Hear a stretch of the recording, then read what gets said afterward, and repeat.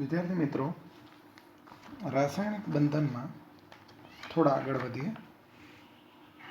Last સેશનમાં આપણે જોયું કે લુઈસ બિંદુ નિરૂપણ એની થોડી શરતો પણ જોઈ. એકાદ ઉદાહરણ રિપીટ લઈએ. દાખલા તરીકે O2. તો અહીં એક ઓક્સિજનની બાહ્યતમ કક્ષામાં 6, બીજા ઓક્સિજનની પણ બાહ્યતમ કક્ષામાં 6 ઇલેક્ટ્રોન. તો બંને ઓક્સિજનને અષ્ટક પૂર્ણ કરવા માટે બે ઇલેક્ટ્રોનની જરૂર છે. તો અહીંયા 2 ઇલેક્ટ્રોનની સહિયારી ભાગીદારી થઈ અને બે વચ્ચે દ્વિબંધ બન્યો. આ વસ્તુ આપણે ભણ્યા. એકાદો અણુ પણ આપણે ભણ્યા હતા, એને બી એકવાર રિપીટ કરી લઈએ. કાર્બનની બાહ્યતમ કક્ષામાં 4, આમ તો એને ડોટથી બતાવવાના હોય સમજવા માટે. હાઇડ્રોજન અને કાર્બનના ઇલેક્ટ્રોનને અલગ કરવા માટે હું અહીંયા એક ડોટ અને એક ક્રોસથી બતાવું છું. અહીંયા એક ઇલેક્ટ્રોનની ભાગીદારી થશે તો કાર્બનનું અષ્ટક પૂર્ણ થશે અને હાઇડ્રોજનની પહેલી કક્ષા પૂર્ણ થશે. તો આ પ્રકારે 4 સહસંયોજક બંધ બનશે. હવે વિદ્યાર્થી મિત્રો, જોવાની વસ્તુ એ છે કે લુઈસ બિંદુ રચના આપણે ધારો કે મિથેનની લખવી છે, તો એમાં બંધમાં ટોટલ જેટલા ઇલેક્ટ્રોન હોય એટલા ઇલેક્ટ્રોન ટોટલ અલગ દર્શાવવા જોઈએ. ધારો કે આમાં બંધમાં ટોટલ 8 ઇલેક્ટ્રોન વપરાયા છે, કારણ કે 4 બંધ બન્યા છે. એ જ રીતે અહીંયા બંધમાં 4 ઇલેક્ટ્રોન વપરાયા છે, કારણ કે 2 બંધ બન્યા છે. સપોઝ કે મારે કોઈ ઋણાયનને બતાવવું છે સહિયારી ભાગીદારીથી અથવા તો લુઈસ બિંદુ નિરૂપણથી, તો એના તટસ્થ અણુમાં જેટલા ઇલેક્ટ્રોન હોય ને એમાં 2 ઇલેક્ટ્રોન ઉમેરવાના. જેટલો ઋણભાર હોય એટલા ઇલેક્ટ્રોન ઉમેરવાના. ધારો કે મારે NH4+ ને બિંદુ નિરૂપણથી બતાવવું છે, તો તટસ્થ અણુમાં જેટલા ઇલેક્ટ્રોન છે એના કરતાં 1 ઇલેક્ટ્રોન ઓછો બતાવવો. કહેવાનો મતલબ એ થયો કે જેટલો ધનભાર છે એટલા ઇલેક્ટ્રોન ઓછા બતાવવા, જેટલો ઋણભાર છે એટલા ઇલેક્ટ્રોન વધારે બતાવવાના છે. એ જ રીતે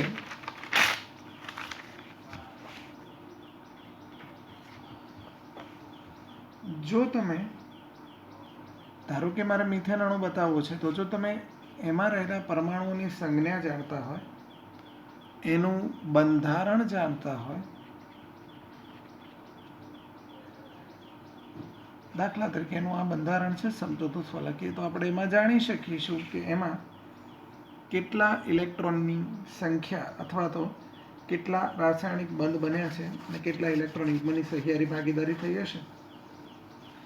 જનરલી આ જે સહિયારી ભાગીદારી થાય છે, એટલે કે જે સહસંયોજક બંધ રચાય છે, એ સહસંયોજક બંધમાં માત્ર બાહ્યતમ કક્ષાના ઇલેક્ટ્રોન ભાગ લે છે. એટલે કે સંયોજકતા ઇલેક્ટ્રોન જ આની અંદર ભાગ લે છે. અને એવા બંધને ઇલેક્ટ્રોન યુગ્મ જે બંધમાં વપરાયું એને આપણે બંધકારક ઇલેક્ટ્રોન યુગ્મ કહીએ છીએ.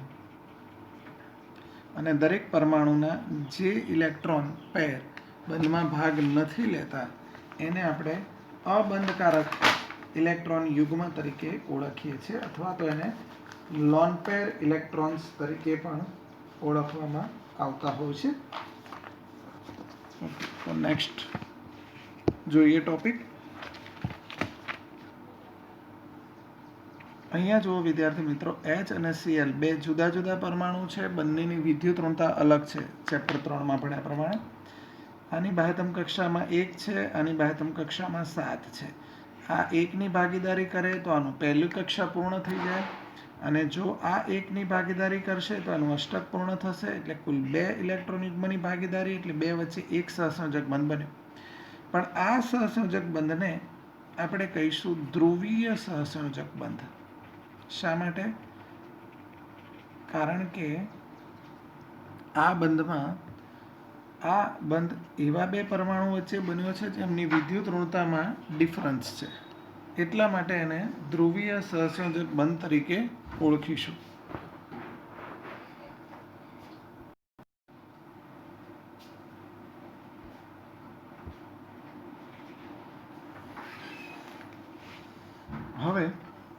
એવા બે પરમાણુ લઈએ જેની વિદ્યુત ઋણતા સમાન છે અને આવા બે પરમાણુ વચ્ચે સહિયારી ભાગીદારી ચકાસીએ. અહીંયા બે બે ઇલેક્ટ્રોનની સહિયારી ભાગીદારી થઈને દ્વિબંધ બનશે, અગાઉ પણ આપણે જોયું હતું. પણ જ્યારે એવા બે પરમાણુ વચ્ચે સહસંયોજક બંધ બને કે જેની વિદ્યુત ઋણતાનો તફાવત 0 હોય, એટલે કે જેની વિદ્યુત ઋણતા સમાન હોય, એવા સહસંયોજક બંધને અધ્રુવીય સહસંયોજક બંધ તરીકે ઓળખીએ છીએ.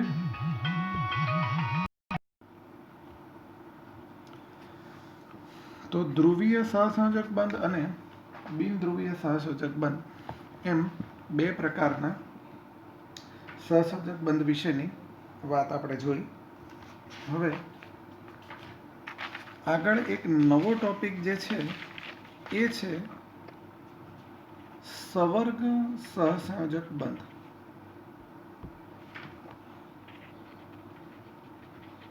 શું છે આને સમજીએ. દાખલા તરીકે NH3 છે, એમોનિયા. નાઇટ્રોજનની બાહ્યતમ કક્ષામાં 5 ઇલેક્ટ્રોન, દરેક હાઇડ્રોજનની બાહ્યતમ કક્ષામાં 1. તો એમોનિયામાં હાઇડ્રોજન એક ઇલેક્ટ્રોનની ભાગીદારી કરે અને એ રીતે હાઇડ્રોજનની પહેલી કક્ષા અને નાઇટ્રોજનનું અષ્ટક પૂર્ણ થઈ જાય છે. પણ હવે મારે H+ આની સાથે જોડવો છે, તો આની પાસે એક ઇલેક્ટ્રોન નથી. તો એવા કિસ્સામાં પોતાના બંને ઇલેક્ટ્રોન સામેવાળાને સહિયારી ભાગીદારીમાં આપે અને પછી જે બંધ બનશે એમાં આને હવે એક ઇલેક્ટ્રોન મળી ગયો, એ નાઇટ્રોજન તરફથી આવ્યો એટલે નાઇટ્રોજનમાં એક ઇલેક્ટ્રોન ખૂટ્યો એટલે એને આપણે NH4+ તરીકે ઓળખીએ છીએ. અને આ પ્રકારના બંધને જ આપણે સવર્ગ સહસંયોજક બંધ કહીએ છીએ. આવું એક બીજું ઉદાહરણ બી જોઈ શકીએ. તમે 10th માં બી ભણેલા આવું ઉદાહરણ H2O નું લઈએ. ઓક્સિજન હાઇડ્રોજન સાથે એક ઇલેક્ટ્રોનની ભાગીદારી કરે. ઓક્સિજનની બાહ્યતમ કક્ષામાં કુલ 6 ઇલેક્ટ્રોન છે. આ એક ઇલેક્ટ્રોનની અહીંયા ભાગીદારી કરે અને ઓક્સિજનનું અષ્ટક તો પૂર્ણ થઈ જાય. પણ મારે H+ અહીંયા જોડવો હોય તો આ પોતાના 2 ઇલેક્ટ્રોન આને સહિયારી ભાગીદારીમાં એક તરફી ભાગીદારીમાં આપશે અને એના કારણે અહીંયા એક બંધ બનશે. હવે એક ઇલેક્ટ્રોન હાઇડ્રોજનનો અને એક ઓક્સિજનનો ગણાય એટલે ઓક્સિજનનો એક ઇલેક્ટ્રોન ખૂટ્યો એટલે પ્લસ. આને આપણે H3O+, 10th માં તમે ભણતા હતા, એને હાઇડ્રોનિયમ આયન તરીકે આપણે ઓળખીએ છીએ. Hydronium ion. તો વિદ્યાર્થી મિત્રો, આ છે સવર્ગ સહસંયોજક બંધ વિશેની માહિતી. તો 3 જાતના સહસંયોજક બંધ આપણે ભણ્યા અત્યારે. ધ્રુવીય સહસંયોજક બંધ, અધ્રુવીય અથવા બિનધ્રુવીય સહસંયોજક બંધ અને સવર્ગ પ્રકારનો સહસંયોજક બંધ. હવે એક બહુ જ અગત્યનો કોન્સેપ્ટ જોઈ લઈએ. પરમાણુઓનો નિયમનિષ્ઠ વીજભાર, આને આપણે ફોર્મલ ચાર્જ પણ કહીએ છીએ. કેવી રીતે શોધીશું ફોર્મલ ચાર્જ? સમજાવું તમને. દાખલા તરીકે ઓઝોનનો અણુ છે. આ ઓઝોનનો અણુમાં દ્વિબંધનું એકબંધમાં અને એકબંધનું દ્વિબંધમાં સતત રૂપાંતર થતું રહે છે.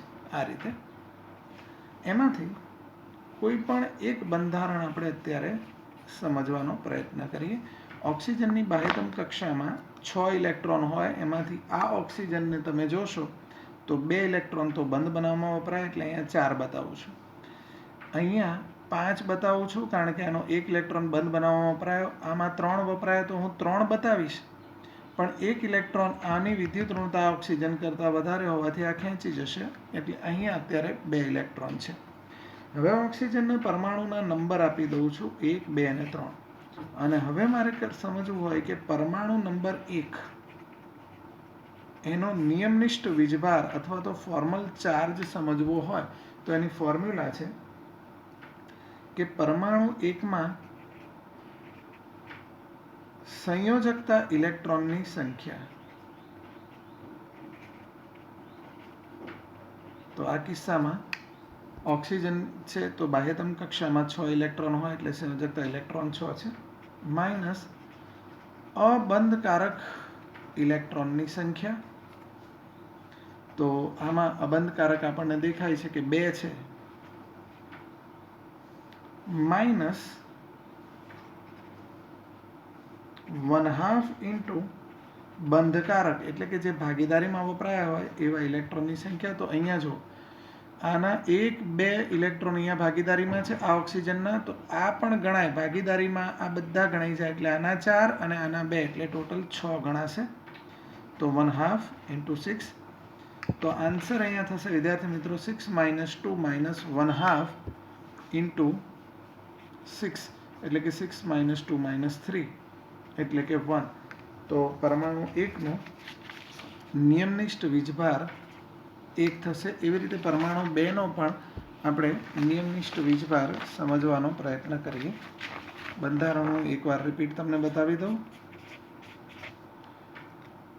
આપણે એને પરમાણુ 1, 2 અને 3 તરીકે ઓળખેલા. જોઈ લઈએ એકવાર આ રીતના 1, 2 અને 3 અને એના અબંધકારક જે ઇલેક્ટ્રોન્સ છે એ આપણે આ રીતે દર્શાવેલા. તો હવે આવે છે પરમાણુ નંબર 2.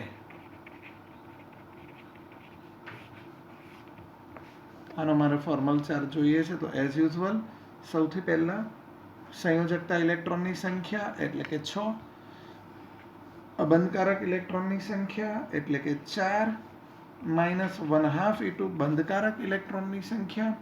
બંધકારક ઇલેક્ટ્રોન અહીંયા બે ઇલેક્ટ્રોનની ભાગીદારી છે એટલે ટોટલ 4 ઇલેક્ટ્રોન થયા બંધકારક. તો 6 - 4 - 2, સો ફોર્મલ ચાર્જ એનો 0. હવે અહીંયા આ પરમાણુ 3 પણ જોઈ લઈએ. તો ચાલો પરમાણુ 3 પરનો ફોર્મલ ચાર્જ જોઈએ. સંયોજકતા ઇલેક્ટ્રોનની સંખ્યા ઓક્સિજન છે એટલે 6 માઇનસ અબંધકારક ઇલેક્ટ્રોનની સંખ્યા પણ અહીંયા દેખી શકીએ આપણે 1, 2, 3, 4, 5 અને 6 છે, માઇનસ 1/2 ઇન્ટુ બંધકારક ઇલેક્ટ્રોનની સંખ્યા. તો આ એક બંધ બન્યો એટલે 2 હશે. તો 6 - 6 -1, સો -1. તો આનો એક વધારાનો ઇલેક્ટ્રોન આવ્યો તો આપણે જોયું હતું અહીંયા, એના કારણે એનો ફોર્મલ ચાર્જ -1 થશે. વિદ્યાર્થી મિત્રો, આ જ રીતે અમુક અણુઓના ફોર્મલ ચાર્જ આપણે દર્શાવી શકીએ. દાખલા તરીકે HNO3, આનો મારે ફોર્મલ ચાર્જ દર્શાવવો છે. તો જો આ રીતે આપણે દર્શાવી શકીશું.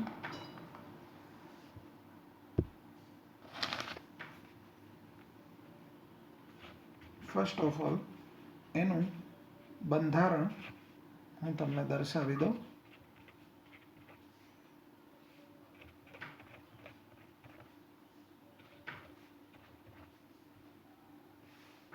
અહીંયા ઓક્સિજનને તો નંબર આપી દઈએ. ફર્સ્ટ ઓફ ઓલ આપણે દરેક પરમાણુના ફોર્મલ ચાર્જ જોઈશું જ અહીંયા. તો સૌથી પહેલા ઓક્સિજન નંબર 1 એનો ફોર્મલ ચાર્જ જોઈએ એટલે કે આ. તો બાહ્યતમ કક્ષામાં 6 ઇલેક્ટ્રોન, અબંધકારક 4 -1/2 ઇન્ટુ બંધકારક પણ 4. Answer is 0. તો આનો ફોર્મલ ચાર્જ 0 છે. ઓક્સિજન નંબર 2 ની વાત કરીએ. બાહ્યતમ કક્ષામાં 4, અબંધકારક 4 -1/2 ઇન્ટુ ટોટલ 2 બંધ બને એટલે ભાગીદારીમાં 4 ઇલેક્ટ્રોન. અગેઇન એનો ફોર્મલ ચાર્જ 0. ઓક્સિજન નંબર 3 વિશે જોઈએ. આ બાહ્યતમ કક્ષામાં 6, અબંધકારક 6 -1/2 ઇન્ટુ બંધકારક 2, સો આન્સર ઇઝ -1. હવે નાઇટ્રોજન પરનો ફોર્મલ ચાર્જ જોઈએ. તો નાઇટ્રોજનની બાહ્યતમ કક્ષામાં 5, આમાં એક પણ અબંધકારક આપણને દેખાતો નથી, -1/2 ઇન્ટુ બંધકારકમાં 1, 2, 3 અને 4 બંધ બને એટલે 8 ઇલેક્ટ્રોન. Formal charge 1. હવે હાઇડ્રોજન, આ કિસ્સામાં હાઇડ્રોજનની બાહ્યતમ કક્ષામાં 1 અબનકારક 0 -1/2 ઇન્ટુ 1 બંધ બન્યો એટલે 2 ઇલેક્ટ્રોન ભાગીદારીમાં, આન્સર ઇઝ 0. તો વિદ્યાર્થી મિત્રો આ બે ધ્યાનથી તમે જુઓ, આમાં કેમ -1 અને આમાં કેમ +1 આવ્યો? તો આનો એક ઇલેક્ટ્રોન જે વધારાનો હતો, ઓક્સિજનની એકચ્યુઅલી બાહ્યતમ કક્ષામાં 6 હોય તો આ 1 2 3 4 5 અને 6 થઈ ગયા. આ ઇલેક્ટ્રોન ક્યાંથી આવ્યો? તો નાઇટ્રોજનમાંથી આવ્યો, કારણ કે ઓક્સિજનની વિદ્યુતતા વધારે હોય એના કારણે. તો એના ઉપર એક -1 ચાર્જ આવવો જોઈએ અને નાઇટ્રોજન પર એક +1 ચાર્જ આવવો જોઈએ. એ હિસાબે આમાં